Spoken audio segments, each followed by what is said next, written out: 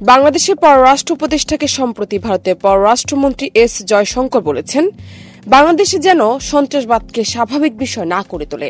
শুক্রবার ভারতের পররাষ্ট্র মন্ত্রণালয়ের মুখপাত্র রণধীর জয়সওয়াল সাপ্তাহিক সংবাদ ব্রিফিংয়ে কথা জানান।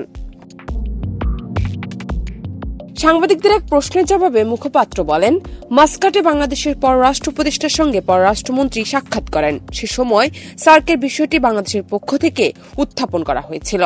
তিনি বলেন, দক্ষিণ এশিয়ার সবাই জানে যে কোন দেশ এবং কোন ধরনের কার্যকলাপ সার্ককে বাধাগ্রস্ত করার জন্য দায়ী।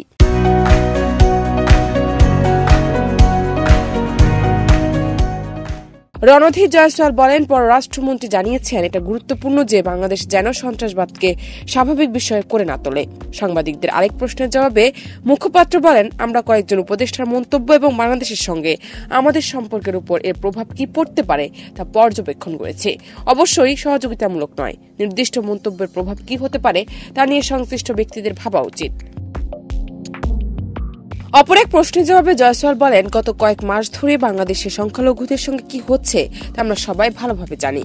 প্রকৃতপক্ষে এই মাসের শুরুতে ওয়াশিংটনে প্রেসিডেন্ট ডোনাল্ড ট্রাম্পের সঙ্গে প্রধানমন্ত্রী নরেন্দ্র মোদীর আলোচনায় এটি উঠেছিল। তিনি বলেন, বাংলাদেশের সংখ্যালঘুদের নিরাপত্তার বিষয়ে সমস্যা আছে এবং বাংলাদেশে যা ঘটছে তা নিয়ে আমরা উদ্বেগ প্রকাশ করছি।